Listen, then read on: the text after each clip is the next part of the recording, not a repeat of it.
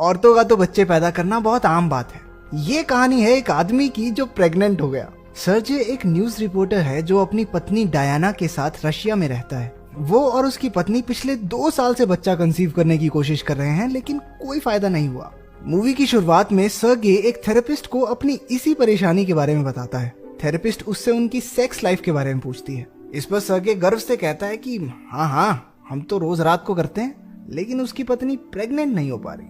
उन्होंने जगह भी बदल बदल कर देखी कि क्या पता कृपा वहीं रुकी हो, लेकिन कोई फायदा नहीं हुआ। थेरेपिस्ट ने उसे बताया कि उसके ख्याल बहुत ही जल्द हकीकत में बदलने वाले हैं, इसलिए उसे अब सावधान रहना होगा। सर्गे उसके कहने का मतलब समझ नहीं पाया, लेकिन उसने कोई सवाल भी नहीं किया। काम पर जाते वक्त उसने अपने एक दोस्त को कॉल की जो कि पेशे से एक वकील है। उसका नाम है जोरा।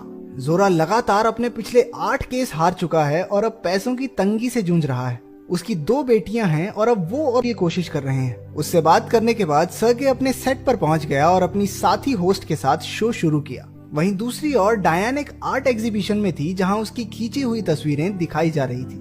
सर्गे हर बार की तरह लेट था। जब उसे फोन किया तो कहने लगा कि वो गाड़ी में बैठ चुका है और बस 5 मिनट में वहां पहुंच जाएगा। लेकिन जब वो बाहर पहुंचा तो उसने देखा कि पुलिस ने उसकी गाड़ी टो कर ली क्योंकि वो नो पार्किंग में खड़ी थी। वो जानता था कि उसकी पत्नी उसके झूठ को पकड़ ही लेगी, इसलिए आर्ट एग्जीबिशन छोड़कर जोरा के साथ एक बार में चला गया।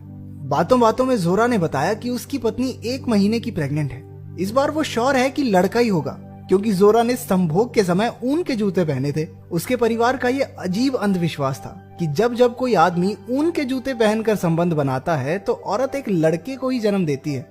जोरा, उसका बाप और उसका दादा भी इसी तरीके से पैदा हुए थे। अगले दिन वैलेंटाइंस डे था। सर्गे और डायना उसी जगह पहुंचे जहां वो 5 साल पहले मिले थे। उन्होंने वादा किया कि वो किसी दिन अपने बच्चों के साथ इस जगह लौटकर जरूर आएंगे। घर लौटने से पहले सर्गे ऊन के जूते खरीदने चला गया। रात में सब हो जाने के बाद उसने ऊन के जूते उतार दिए और उन्हें गले से लगा लिया।